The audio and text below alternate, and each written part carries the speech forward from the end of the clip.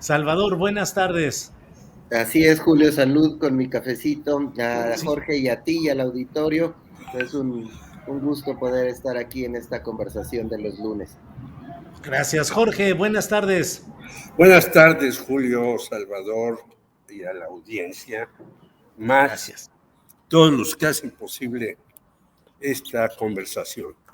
Muchas gracias, Jorge.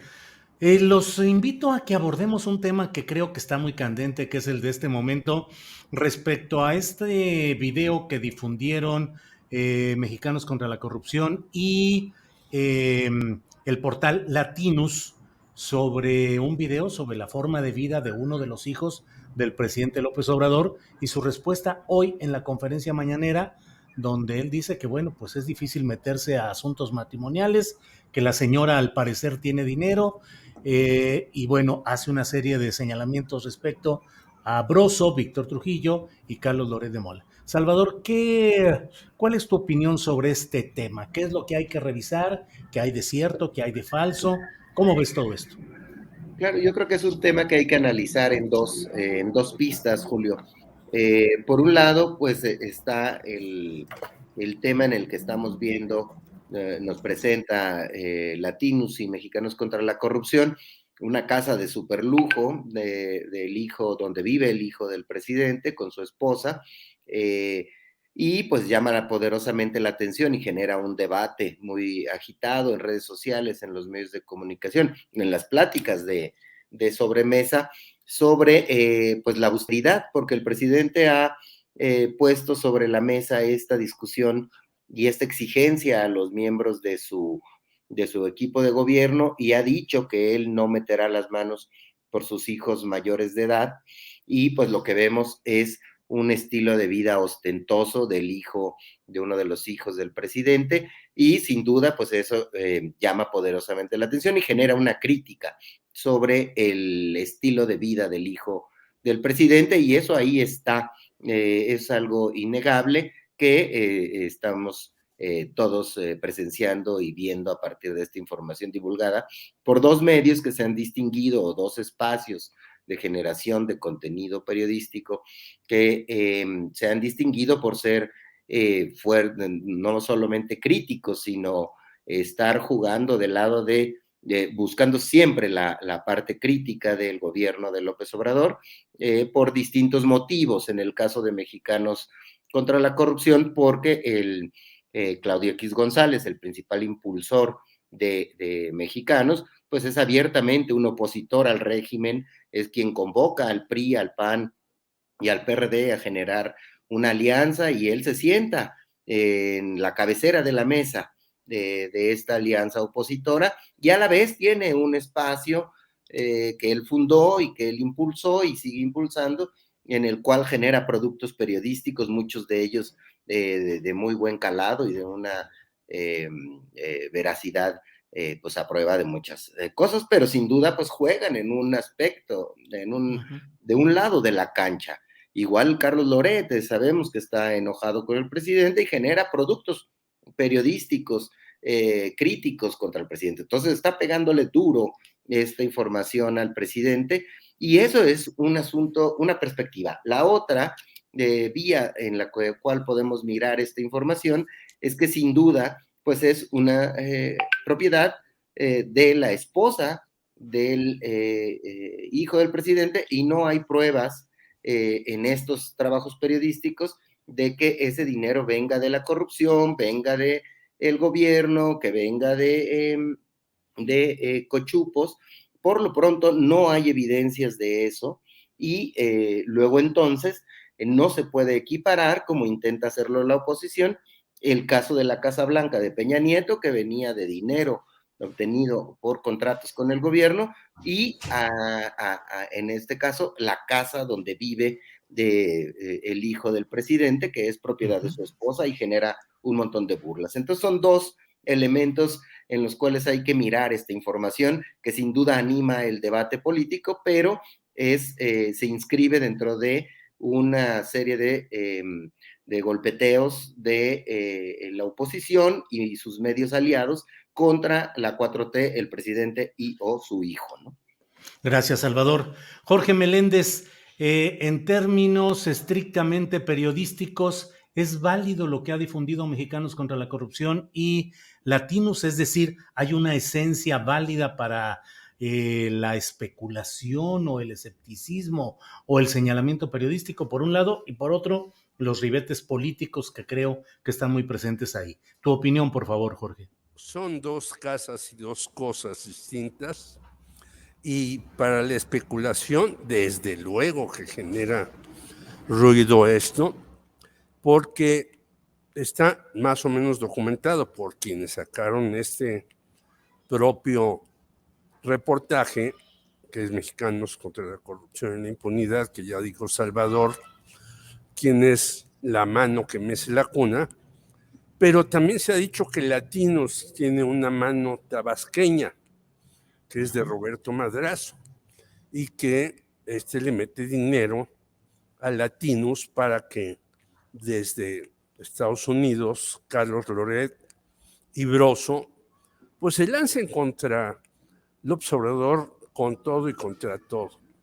Incluso yo vi hace tiempo, y creo que lo comenté aquí, en una mesa redonda en donde estaba entrevistando Broso a Jesús Ortega y decía, Dios mío, ya reapareció el que andaba ausente porque a este no lo entrevistan ya aquí en ningún lugar. Antes tenía hasta un espacio periodístico que lo sacaron, lo censuraron, lo mandaron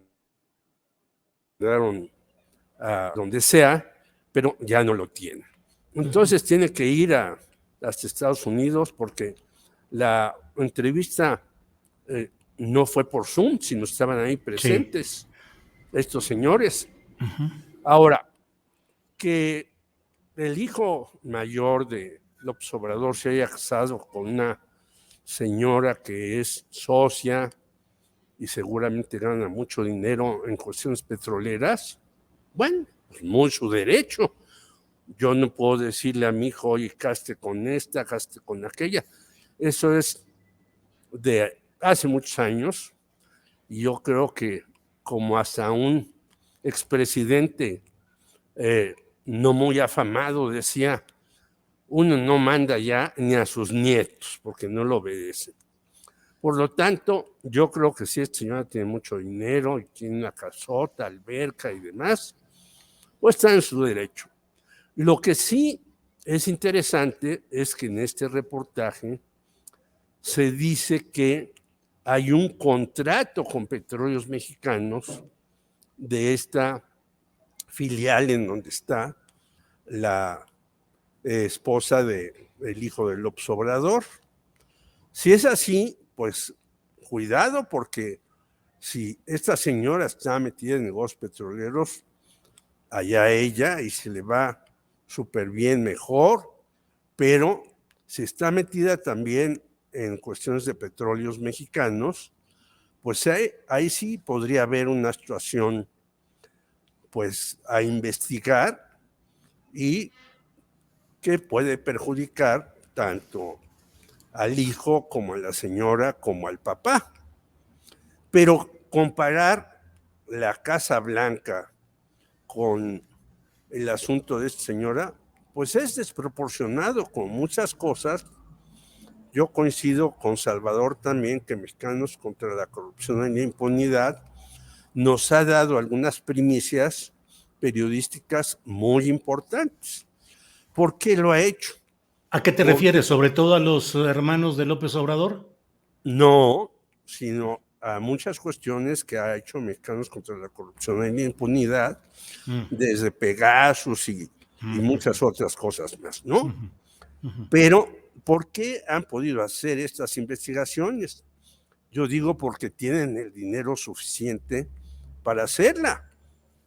Tú que de repente dice alguien de tus invitados alguna cosa y te desmonetizan, yo que ando en otros lugares y también nos la vemos muy difícil para hacer periodismo, pues no tenemos el dinero para enviar a 2 o 3 personajes a hacer una investigación de fondo por ese asunto de lo que faltan recursos para hacer las cosas, ¿no?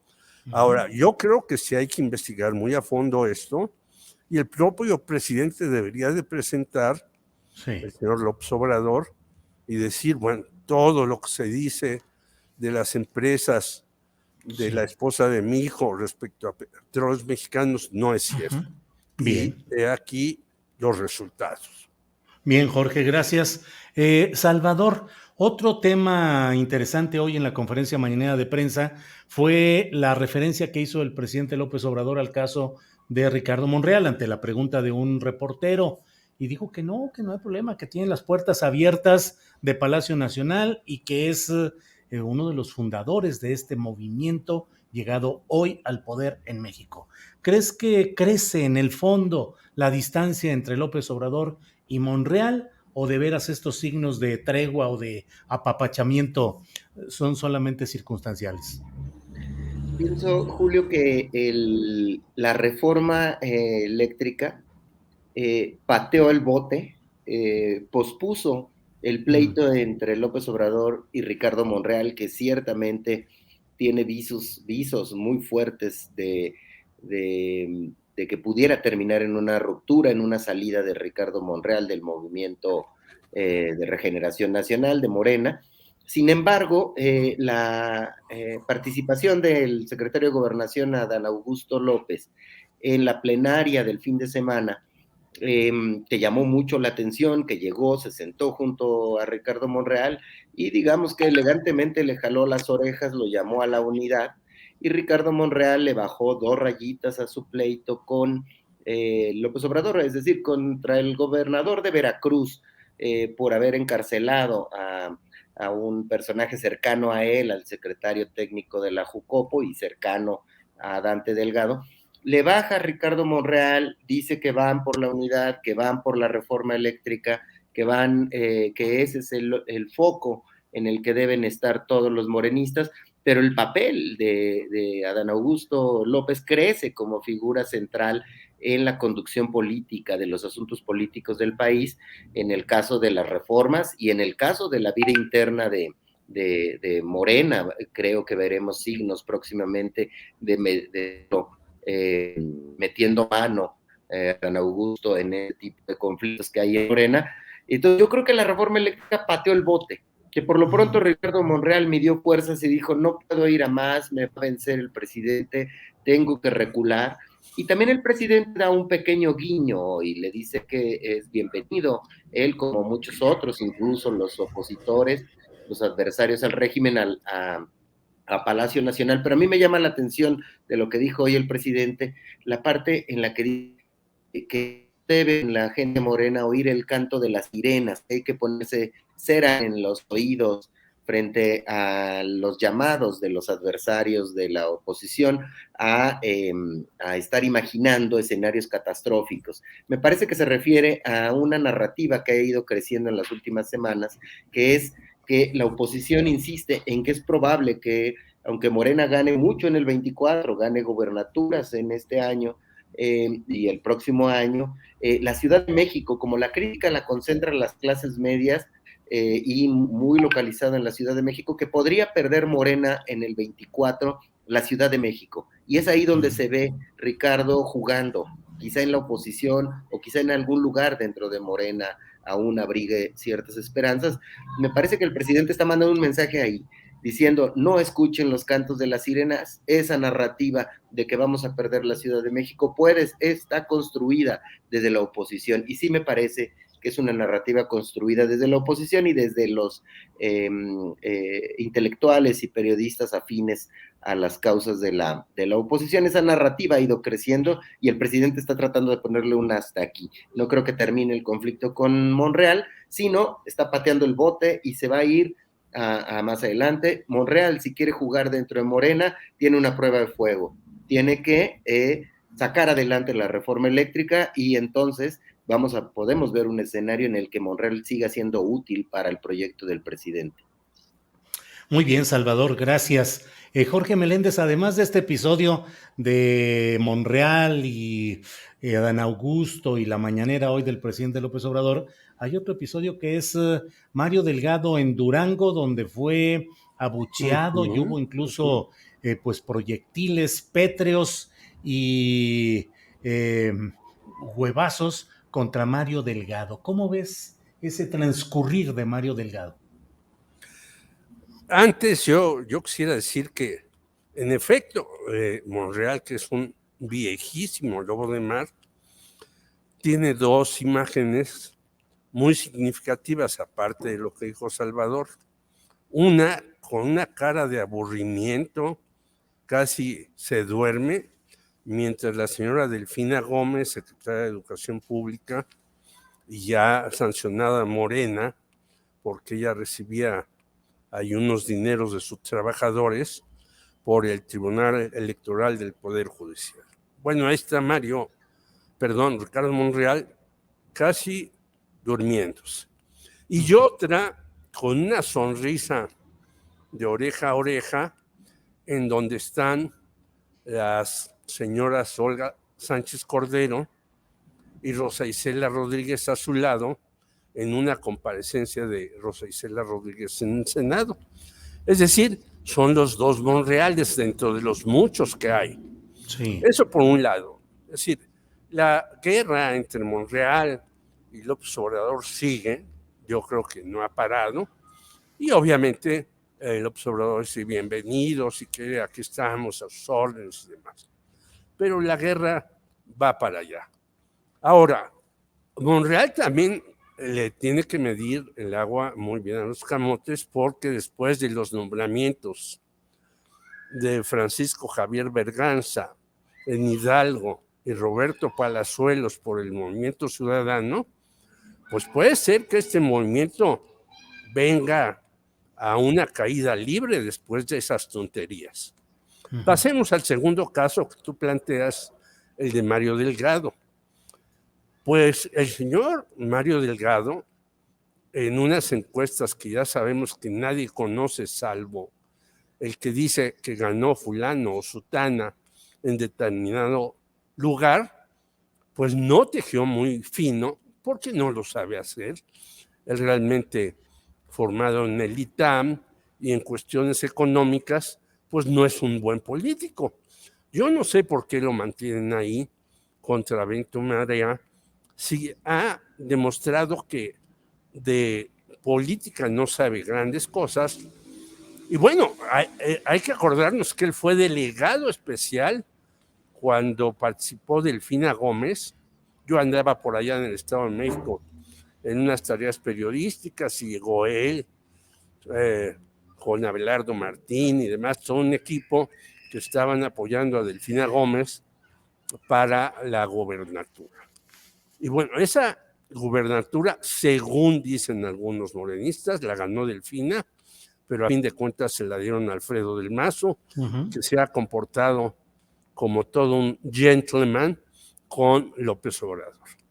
Por lo tanto, estas pedradas, huevizas, insultos y demás contra Mario Delgado, yo creo que van a seguir, porque en Oaxaca también las cosas están a peso, entre la gente que apoya a Salomón Jara, el ganador, y los que están con Susana Hart, el GELU, que no hay que olvidarla, que tiene relación con el exaccionista de Banamex, o todavía accionista, Alfredo Hart GELU, que tiene mucha importancia en Oaxaca, porque de verdad el señor, aparte del béisbol, le ha metido dinero a muchos encuentros en Oaxaca, musicales, literarios y demás. Por lo tanto, el señor Delgado tiene bombas por todos lados.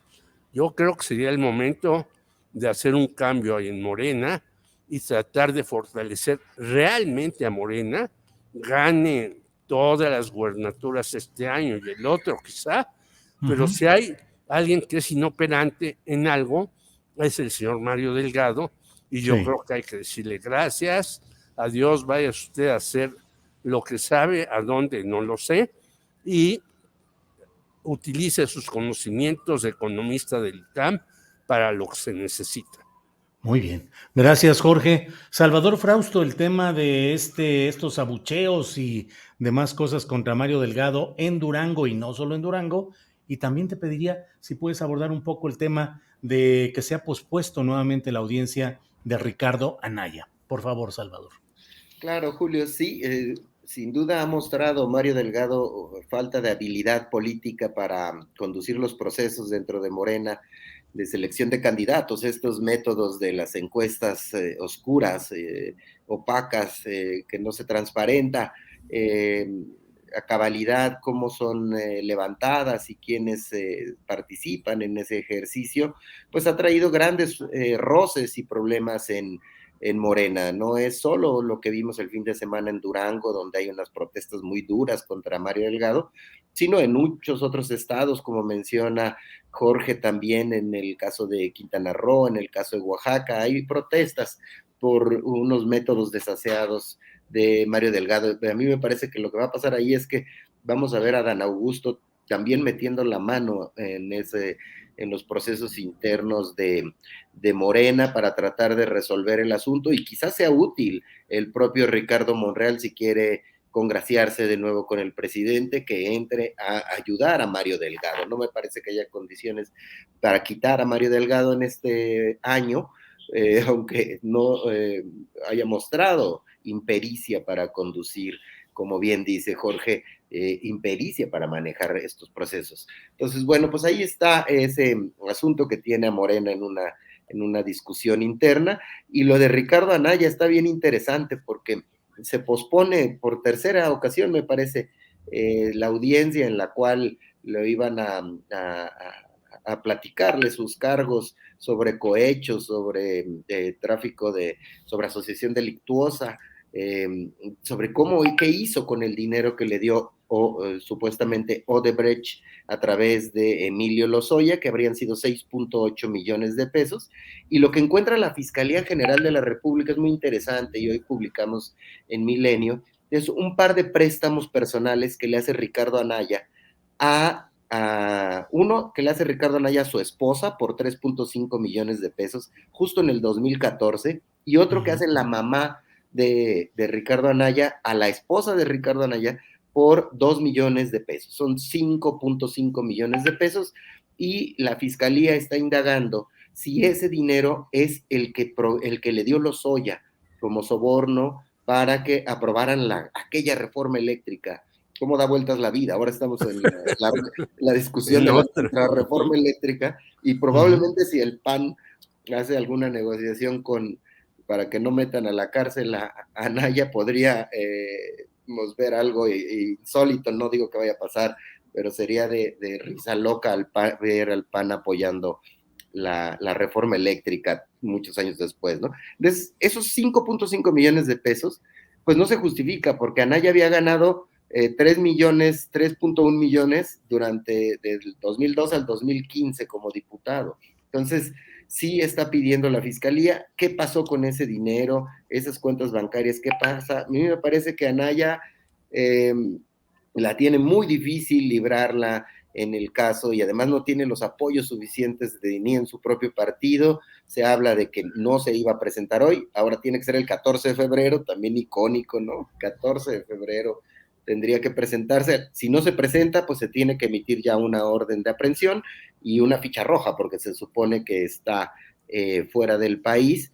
Vamos a ver qué pasa con Ricardo Anaya, y es una moneda, un golpe duro para el PAN si terminamos viendo al ex candidato presidencial de ese partido en la cárcel próximamente. Entonces, está la política a niveles muy, muy interesantes, Julio. Bien, Salvador, muchas gracias. Invito a quienes nos están escuchando para que nos acompañen. Terminando esta mesa con Jorge y con Salvador, vamos a tener una entrevista precisamente con Susana Harp, quien ha sido aspirante a la candidatura de Morena en Oaxaca, y vamos a ver qué nos dice de cómo va el tema de resoluciones judiciales y su postura política, para dónde va todo esto. Estaremos con Susana Harp después de esta mesa. Hay que escucharla, porque yo estoy con Susana. Bueno, y no Susana a distancia, que también estoy con ella, pero Sí, bueno, ya hay otra noticia que doy con mucho cuidado. Ya saben que estamos ahora cuidando palabras y cosas para que no nos desmoneticen, pero en Zitácuaro, Michoacán, acaba de suceder otro hecho parecido a los que hemos visto en Tijuana y en el propio Veracruz. El reportero Roberto Toledo, de 55 años, que fue colaborador del portal Monitor Michoacán, sufrió esto precisamente. Fue asesinado, pues, hombre, caray, qué difícil a veces es decir las cosas con estas restricciones que nos pone YouTube en cuestión de monetización y desmonetización, pero bueno, así es este tema. Ya había recibido advertencias finales, ya le habían dicho. Tres personas fueron quienes participaron en este hecho delictivo en Zitácuaro, Michoacán, el reportero Roberto Toledo. Bueno, pues son las 2 de la tarde con 59 minutos. Nos queda para cualquier otro tema 2 minutos que podamos hacer. Jorge, 2 minutitos de reflexión final. Yo digo, fíjate, otro reportero, mientras se siguen haciendo mesas de la Secretaría de Gobernación, encargada del señor Alejandro Encinas, en el país ya se hizo una en la Ciudad de México, donde fueron muy pocos reporteros. Se hizo otra en Chihuahua, no sé cómo ha estado. Y se sigue, discute, y los reporteros siguen cayendo por aquí, por allá y por acullá. Eso por un lado. Y por otro lado, una simple y rápida reflexión. Algunos panistas le dicen a Ricardo Anaya, preséntate para que te metan a la cárcel y seas el mártir que necesitamos como candidato a la presidencia.